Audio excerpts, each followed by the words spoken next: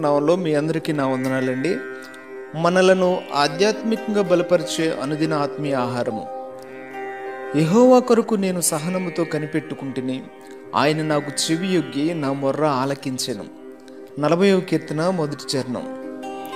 ప్రియులారా, కనిపెట్టుట లేక ఎదురు చూచుట అనేది ప్రార్థనలో ఒక భాగము.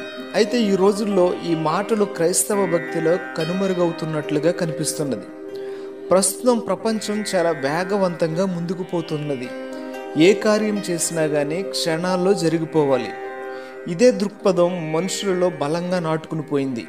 ఇన్స్టెంట్ కాఫీ అంటూ, ఇన్స్టెంట్ ఫొటోస్ అంటూ ఇలా అనేకమైన విషయాలను మనం గమనిస్తూనే ఉన్నాము. కాబట్టే ఈ రోజుల్లో ప్రార్థనలో అడిగిన విషయాలు కూడా వెంటనే జరిగిపోవాలని ఎదురు చూస్తూ ఉన్నారు. కొన్ని విషయాలలో మన ప్రార్థనలకు దేవుడు వేచి ఉండమంటాడు. విశ్వాసము కలిగిన వారు దేవుని కార్యాల కొరకు కనిపెడతారు.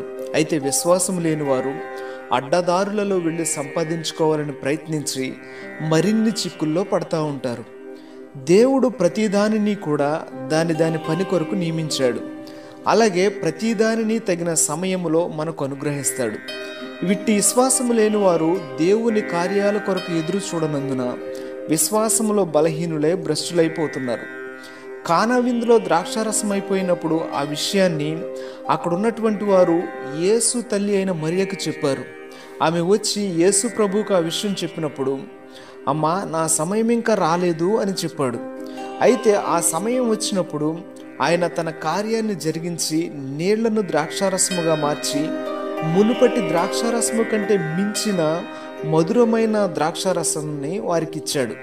అలా కాకుండా ఆమె తొందరపడి మరేదైనా చేసి ఉంటే గనక అక్కడ కొరత తీరేది కాదు, ఆ అద్భుతం జరిగేది కాదు. 75 ఏండ్ల ప్రాయంలో ఉన్నటువంటి అబ్రహామును దేవుడు పిలిచి అతని సంతానమునకు తను చూపించు దేశమును స్వాస్థ్యముగా ఇస్తానని వాగ్దానం చేశాడు. అయితే అది చెప్పి 10 సంవత్సరములైనా కానీ పిల్లలు కలగలేదని తొందరపడిన శారా తన దాసి అయిన హాగరు ద్వారా సంతానము పొందాలని ఆశించి హాగరును అబ్రహాముకు ఇచ్చింది. ఆమె వలన ఇష్మాయేలును పొందుకున్నాడు. కానీ అది దేవుని పద్ధతి కాదు.